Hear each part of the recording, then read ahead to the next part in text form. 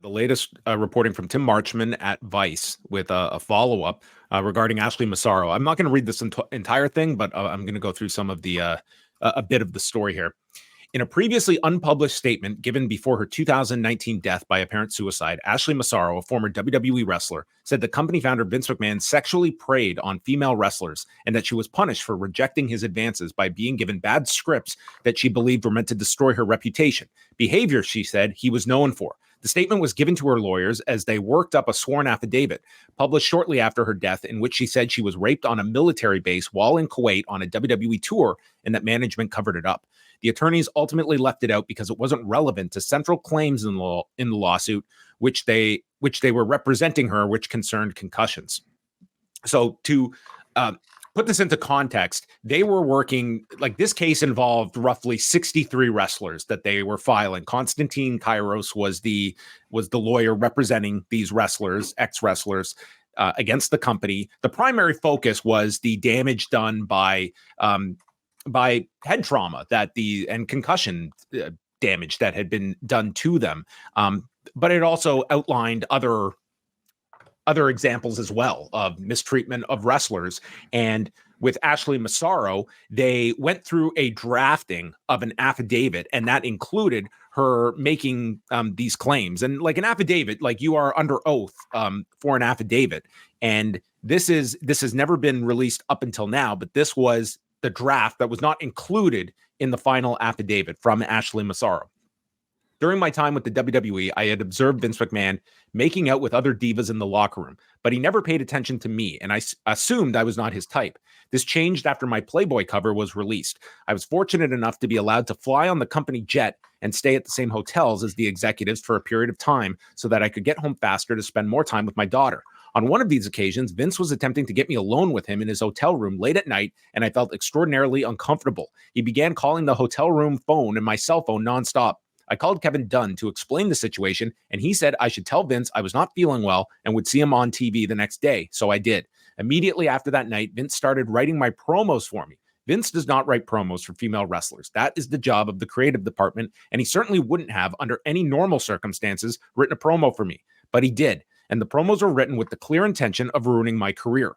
I brought the first script that Vince wrote with me to the WWE employee in charge of creative at the time, Michael Hayes. And he said, "You're not saying this. Who the expletive wrote this?" And I told him that Vince did. He said, "Well, kid, these are the breaks," meaning that Vince wanted to end my career and destroy my reputation on my way out. He is known for this type of behavior and also did this to Redacted upon her departure from WWE.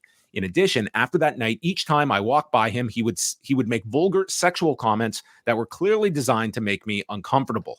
And they did reach out to TKO, and they did not offer a comment in regards to this, but did confirm that Michael Hayes does still work with the company. So, I mean, it's just outlining more extremely problematic issues. This coming in regards to female talent on the roster that Ashley Massaro had claimed that Vince McMahon is making out with.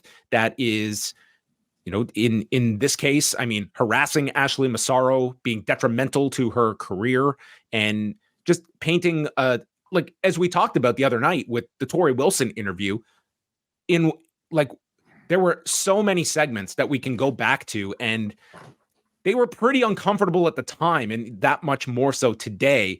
And when we look at this power imbalance and these women that were in no position to refuse to take part in these segments with Vince McMahon, where they might be asked for Vince McMahon to like grab their breasts or make out with them. Like, these are all segments that Vince McMahon participated in with these women who were in a position that, I mean, Ashley Massaro is pretty much painting a picture here that if they turned down these segments or did not acquiesce to his advances, that there would be punishment towards their careers. Like, it just paints such a toxic environment here from the top down. Certainly. Yeah. So a few things, that particularly stand out. And one of them, I've heard Paul London speak about this before in a prior interview where Certain members of the roster are able to fly in the private jet and stay in the same hotel room as the executives, which I guess a lot of other talent simply just don't. And some of this was given to, I suppose, the female wrestlers, including Ashley Massaro. Now, Ashley seems to indicate this, not that part of it, as not necessarily harassment in and of itself. In fact, she said she was fortunate enough to stay in the same hotel room and fly on the private jet so she could go back and see her daughter. But it also makes you consider the calls and the calls to the hotel room specifically from a Vince McMahon that Massaro trying to get her alone. Yeah, and Massaro listed here in the affidavit.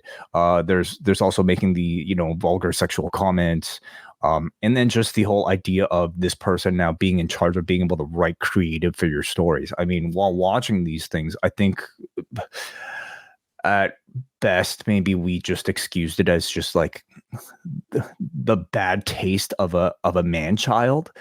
At its worst, I mean, it is appearing, it can potentially be perceived as some form of revenge, which is like which is just awful and awfully uncomfortable. And like, it's not like in wrestling we don't suspect that these things are possible, but we just don't really have enough evidence, or at least enough like people saying as such. So this stuff is just kind of like making us completely reassess what we watched, I guess, for all those years, I suppose. Yeah, it's a very disturbing story, and it's a really tragic case involving Ashley Massaro. The more that has come out, quite a lot came out in 2019 after her death, and now it's being revisited. And there's no doubt that there is going to be a release of the findings of that investigation that was subject to a Freedom of Information Act request, and I'm sure that there is going to be a demand for the findings. I really would love somebody like a Kevin Dunn to be questioned at least about something like this. Somebody like a Michael Hayes to be questioned about some of these things. I mean, Ashley, specifically lists them as, people that, like, we got a quote of it evidently from Michael Hayes talking about who the fuck wrote this. I don't expect that to ever happen. Doesn't that also tell you just this environment that Michael Hayes reads his promo, who the F wrote this? And then when it's Vince, it's like, oh, okay. It's like, this was everyone. And that's when you have to come down to, where is the responsibility? What does that lay on? You have no doubt a Michael Hayes was he has his own reasons that he is not going to question Vince McMahon. No one could question Vince McMahon, but then you have to look at, what were you also allowing to exist and turning a blind eye to? I think that probably runs the gamut of different people. It starts at the top, though, and that is the ultimate culture here of who was going to call Vince McMahon on all of this. And like we see in the lawsuit, like from the corporate officers they couldn't call Vince McMahon on his stuff and take him to task. And that's what you have to sort of look at as well, of like, you are still in positions of power here, but not the ultimate power that was Vince McMahon. It paints like a really just disturbing just web of and it just seems like we're only seeing like bits and pieces. Like the entire picture it could be just completely startling.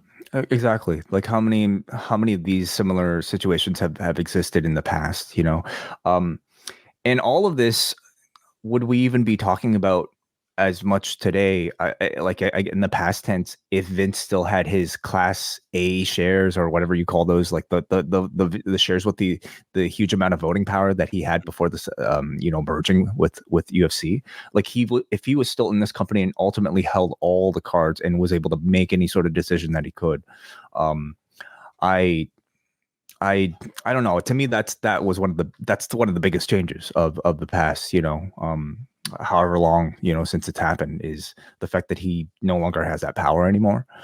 He still has power, certainly, but not at that level.